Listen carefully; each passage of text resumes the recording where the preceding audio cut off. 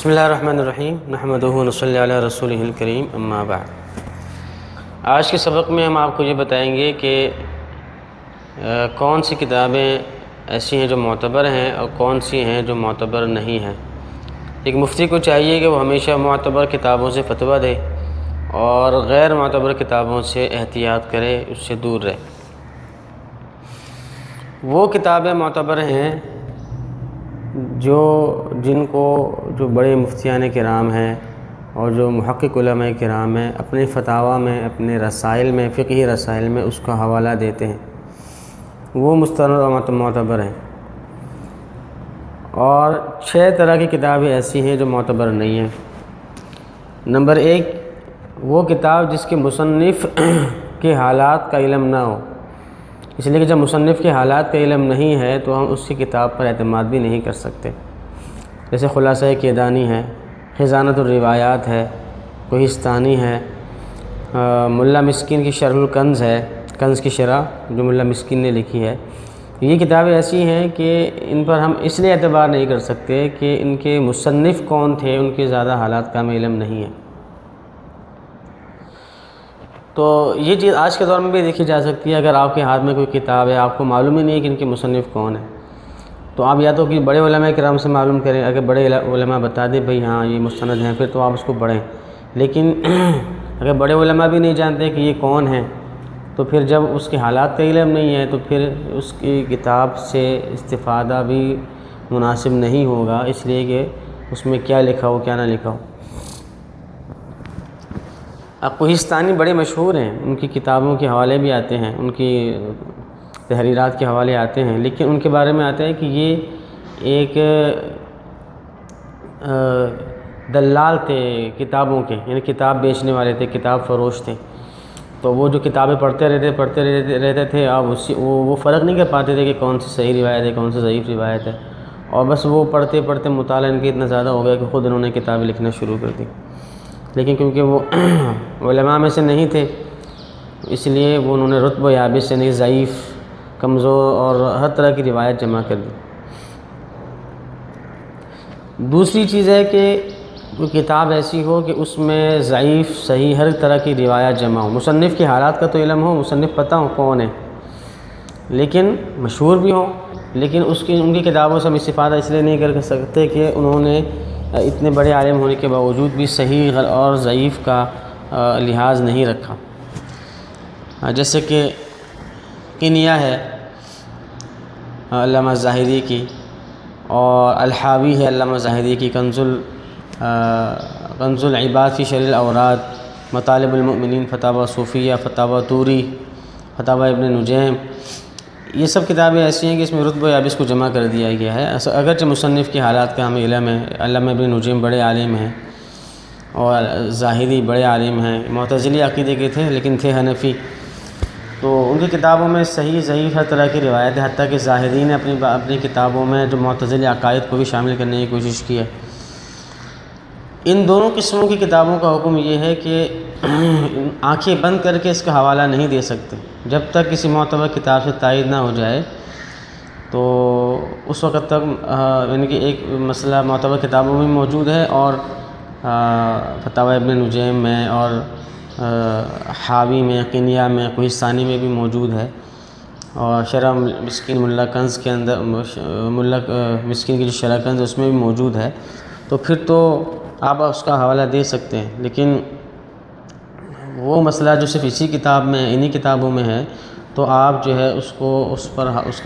کا حوالہ نہیں دے سکتے جب تک کہ اصول شرح پر اسے پرکھ نہ لیا جائے۔ تیسری قسم کی وہ کتاب ہے جس میں بہت زیادہ اختصار سے کام لیا گیا ہو، یعنی کہ مصنف کے حالات بھی پتہ ہیں اور رتب و یابس بھی جمع نہیں کیا، لیکن انہوں نے کتاب کو اتنے زیادہ اختصار سے لکھا ہے کہ بعض اوقات وہ ہمیں غلط فہمی ہو جاتی ہے اور مسئلہ غلط سمجھنے کا اندیشہ پیدا ہو جاتا ہے۔ جیسے در مختار ہے، الاشباح والنظائر ہے۔ تو یہ کتابیں ایسی ہیں کہ اس میں اختصار بہت زیادہ ہے، اور جبکہ علامہ شامی رحمہ اللہ کی تحقیق یہ ہے کہ در مختار اور الاشباح والنظائر یہ دونوں ایسی کتابیں ہیں کہ اس میں رتب و یابس بھی ہے، یعنی ایک تو اختصار بھی بہت زیادہ ہے، دوسرا علامہ شامی کی تحقیق کے مطابق در مختار اور الاشباح والنظائر میں صحیح کو ضعیف اور ضعیف کو صحیح بھی کہا گیا ہے، اس لیے جب تک ان کے حواشی جیسے در مختار کا حاشیہ رد المختار جو علامہ شامی نے لکھا ہے، در مختار اور الاشباب والنظائر کا جو حاشیہ علامہ حموی نے لکھا ہے، اس کے پڑھنے سے اندازہ ہوتا ہے کہ کس قدر انہوں نے صحیح کو ضعیف اور ضعیف کو صحیح کہا ہے۔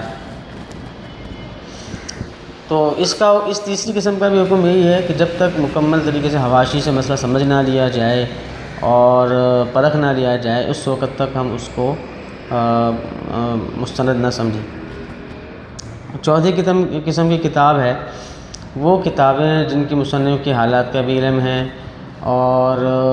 وہ صحیح ضعیف بھی جمع نہیں کرتے ہیں، بلکہ مستند کتابوں کے مستند مسائل ذکر کرتے ہیں اور اختصار بھی اس میں نہیں ہے، لیکن ایک اور وجہ سے وہ اس میں کمزوری آ جاتی ہے۔ وہ وجہ یہ ہے کہ جب سے مصنف نے لکھا ہے تو اس کے بعد وہ کتاب زیادہ لوگوں کے ہاتھوں میں رہی نہیں، بلکہ نایاب ہو گئی، گم ہو گئی۔ تب ایسی کتاب جو نایاب ہو گئی ہے اور ہمارے درمیان موجود نہیں رہی ہے اور اس سے استفادہ زیادہ نہیں ہو سکا، تو بہت امکان ہے کہ اس میں کسی نے رد و بدل کر دیا ہو، اس میں تحریف کر دی ہو۔ اب جیسے کہ ابو اللیث سمرقندی کی النوازل ہے، ہدایہ کی شرح بنایہ ہے علامہ عینی کی، اور تو یہ کتابیں اسی طرح کی ہیں کہ یہ قدیم مخطوطات ہیں کی شکل میں ہیں، یا پھر یہ کہ بہت نادر و نایاب ہے، یا اس میں غلطیاں بہت زیادہ ہیں۔ جب تک اس کی تحقیق نہیں ہو جائے گی، تمام نسخوں کو ملا کر اس پر اچھے طریقے سے کام نہیں ہو جائے گا، اس کی صحیح اور غلطیوں کو ہٹا نہیں دیا جائے گا، اس وقت تک ہم بھروسہ نہیں کر سکتے۔ محیط برہانی بھی پہلے اسی قسم میں شامل تھی، لیکن الحمدللہ اس میں بڑا اچھا کام ہو گیا، وقیع کام ہو گیا، اور اب محقق انداز میں یہ دستیاب ہے محیط برہانی۔ پانچویں کتاب جس پر ہم بھروسہ نہیں کر سکتے وہ یہ ہے کہ کوئی کتاب کسی بڑے عالم کی طرف منسوب ہو، لیکن اس کی طرف نسبت مشکوک ہو۔ بہت سی کتابیں ہیں جس کی نسبت کر دی گئی ہے کسی بڑے عالم کی طرف، حالانکہ وہ اس نسبت میں ہمیں شبہ ہے۔ مثلا ایک کتاب المخارج والحیل نام کی کتاب جس میں ہیلے لکھے گئے ہیں،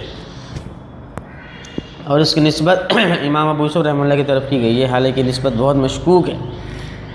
فتاوی عزیزیہ یہ شاہ عبدالعزیز محدث دہلوی رحمہ اللہ کی طرف اس کی نسبت ہے، حالانکہ یہ نسبت بھی مشکوک ہے، اس پر بھی ہم اعتماد نہیں کر سکتے۔ چھٹی وجہ یہ ہے کہ بعض کتابیں ایسی ہوتی ہیں جو مصنف کا حال کال بھی علم ہوتا ہے، اور مصنف مضبوط بھی ہوتے ہیں اور تفصیل کے ساتھ بھی لکھی گئی ہے، لیکن کیا کیا جائے کہ اس کا موضوع فقہ نہیں ہوتا۔ اس کا موضوع جو ہے، یعنی اس کتاب کا جو موضوع ہے، اس کا جو جس ٹاپک پہ لکھا گیا ہے وہ ٹاپک فقہ و فتوی سے الگ ہے، کوئی تفسیر کا ٹاپک ہے، کوئی بعض و نصیحت ہے، کوئی ملفوظات ہے، اور کوئی دوسرا موضوع ہے۔ اس ٹاپک پر بات کرتے کرتے بیچ میں کوئی مسئلہ آ گیا، تو کیونکہ وہ جو مسئلہ آیا تھا وہ سرسری انداز میں آیا ہوتا ہے اور وہ ضمنی طور پر آیا ہوتا ہے، لہذا اس پر ہم مکمل اعتبار نہیں کر سکتے، اور اس میں غلطیوں کا امکان بھی ہوتا ہے۔ مثلا جو ہے مشکات کی شرح ہے مرقات، حالانکہ وہ حدیث کی بہت بڑی کتاب ہے، اور حدیث کی شرح اس کا ٹاپک ہے۔ اب ملا علی قاری اپنے زمانے کے مجدد تھے، لیکن اس میں بعض جگہوں پر انہوں نے مسئلہ کے حنفی میں نقل کرنے میں ان سے تسامح ہو گیا۔ عمدۃ القاری شرح بخاری جو علامہ عینی بڑے پائے کے محقق حنفی عالم ہیں، لیکن یہ بخاری شریف کی شرح لکھ رہے تھے، اس دوران میں ضمناً کچھ انہوں نے مسائل لکھ دیے فقہ حنفی کے، لیکن وہ اس میں غلطی ہو گئی، اس لیے کہ اس وقت وہ حدیث کی شرح ذہن میں تھی،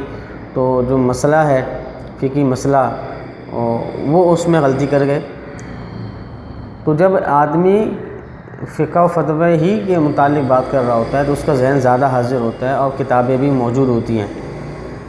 ورنہ جو اس میں غلطی ہو سکتی ہے۔ تو اس لیے یہ کچھ 6 وجوہات ہیں جس کی بنا پر ہم صحیح غلط کی پہچان کر سکتے ہیں۔ السلام علیکم ورحمۃ اللہ۔